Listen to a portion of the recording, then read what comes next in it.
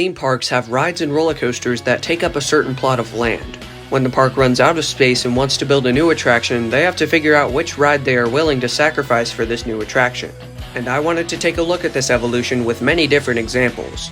This is Plot Plow. Williamsburg, 1975. A brand new theme park operated by Anheuser-Busch is getting its humble but successful start.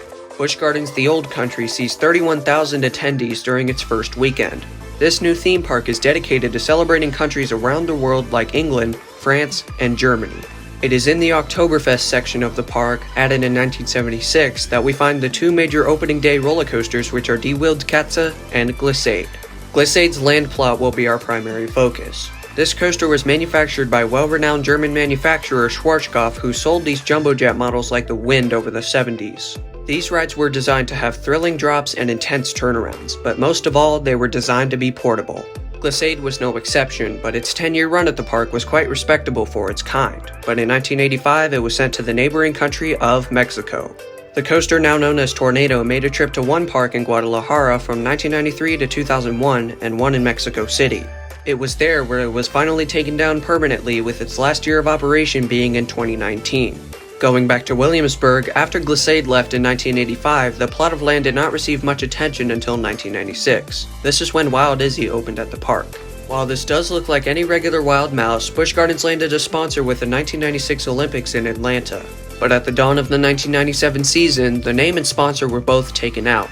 After 8 seasons of operation, Wild Maus was carefully dismantled and sent down to its sister park in Tampa, where it was dubbed Cheetah Chase. In 2017, it was reported that Busch Gardens Tampa filed an application to enclose the ride, now known as Sand Serpent, to make it completely indoors, possibly due to its inability to run in the rain. As interesting as this was, this never came to fruition, and in 2023, Sand Serpent met its permanent end.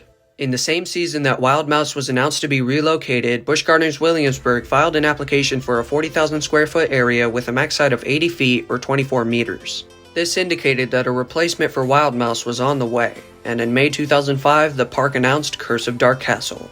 This trackless dark ride would take you through the fortress of a twisted ruler named King Ludwig. The storyline was as follows. A young and troubled Prince Ludwig takes a stroll around the castle grounds one night, and he finds a woman who is trespassing the grounds. Furious, the prince shouts at the woman and she turns into a wolf, revealing his dark powers. With this newfound knowledge, he persists in overthrowing his concerned parents, and one day, they mysteriously disappear. Once he becomes king and converts the castle into a fortress, he runs out of money and his advisors plot to overthrow him. But in the ridiculousness of the act, Ludwig laughs at them and he throws a party in their honor instead. And with his party guests, they depart on golden sleighs. They were never seen again, and the castle remains frozen in time. And this is the point where riders would board their chariots, going through various 3D animated scenes in a freefall sensation towards the end. After the first season of operation, Busch Gardens tweaked some of the scenes to increase the thrill factor. But after another 12 seasons, the downfall for this ride began. After a new Hollow Scream Maze was announced in 2017, it was confirmed that it would be taking place inside the castle.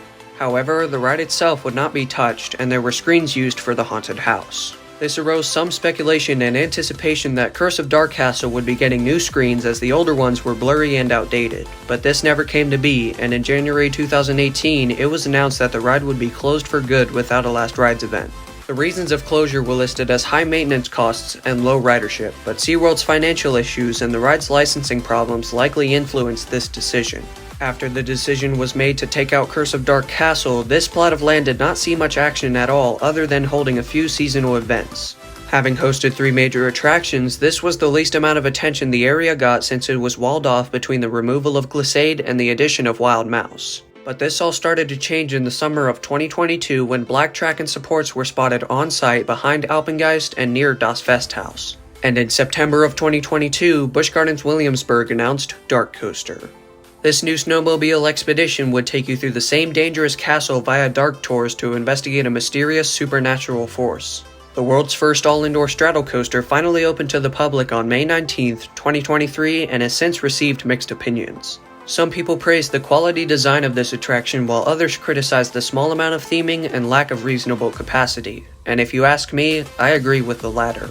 The ride is fun, but the little amount of on-ride theming, along with the fact that this coaster always has a long line, just doesn't do it for me, and I think we can all agree that it isn't worth waiting very long for, but that's a topic for another video.